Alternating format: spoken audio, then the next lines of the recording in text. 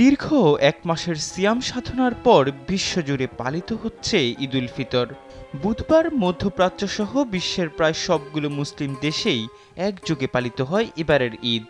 তেমনি ক্যালেন্ডারের হাত ধরে ফিলিস্তিনের অবরুদ্ধ উপত্যকা গাজায়ও এসেছে এ দিনটি।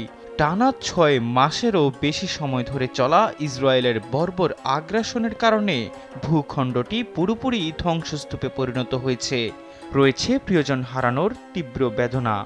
এসব ধ্বংস, কষ্ট আর বেদনাকে পাশ কাটিয়ে ঈদকে বরণ করে নিয়েছেন ফিলিস্তিনিরা।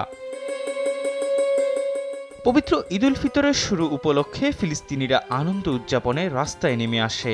খালাম্মা, আমি আপনার মোবাইলে সেলফিন ইনস্টল করে দিতেছি। আপনার রেমিটেন্সের টাকা আপনি নিজেই জমা করতে পারবেন। সেলফিন, আগামীর ব্যাংকিং। ৩০তম রমজানের ইফতারের পর গাজায় ফিলিস্তিনিরা তাকবীর পাঠ করে এবং মহান আল্লাহর প্রশংসা করে গাজার রাস্তায় নেমে মিছিল ও উৎসব পালন করে।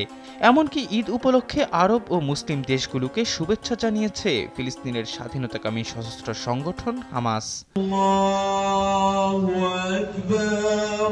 ফিলিস্তিনিদের উদ্দেশ্যে দেয়া এক বার্তায় হামাস গাজায় ফিলিস্তিনিদের তাদের শক্তি এবং অবিচলতার জন্য অভিনন্দন জানিয়েছে।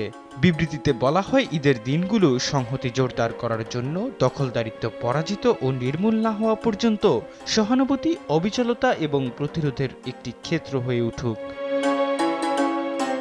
বিবৃতিতে হামাস জানায়, পশ্চিম তীর অধিকৃত জেরুজালেম সহ ফিলিস্তিনের অন্যান্য অংশের নাগরিক, বিশ্বজুড়ে ছড়িয়ে থাকা ফিলিস্তিনি শরণার্থী এবং অন্যান্য স্বাধীনতাকামীরা গাজা উপত্যকার জনগণ ও তাদের প্রতিরোধ যুদ্ধের সঙ্গে সংহতি প্রকাশ করেছে। টেলিগ্রামে দেয়া বিবৃতিতে স্বাধীনতাকামী গোষ্ঠীটি আরব ও ইসলামিক বিশ্বের প্রতি অভিনন্দন জানায়। পাশাপাশি আল আকসার মুক্তি, শহীদদের জন্য প্রার্থনা, যুদ্ধে আহত ও অসুস্থদের দ্রুত আরোগ্য এবং প্রতিরোধ যুদ্ধের বিজয় কামনা করে হামাস।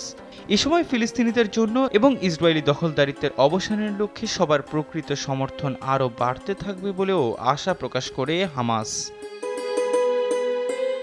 এদিকে ঈদের দিনও গাজা উপত্যকায় নৃশংসতা বন্ধ রাখেনি ইসরায়েলি বাহিনী। গাজার সিভিল ডিফেন্স জানিয়েছে, মধ্য গাজার নুসিরাত ক্যাম্পে ইসরায়েলি বিমান হামলায় ৪ শিশুসহ অন্তত ১৪ ফিলিস্তিনি নিহত হয়েছে। ইহসান আব্দুল্লাহ, কালবেলা ডেস্ক।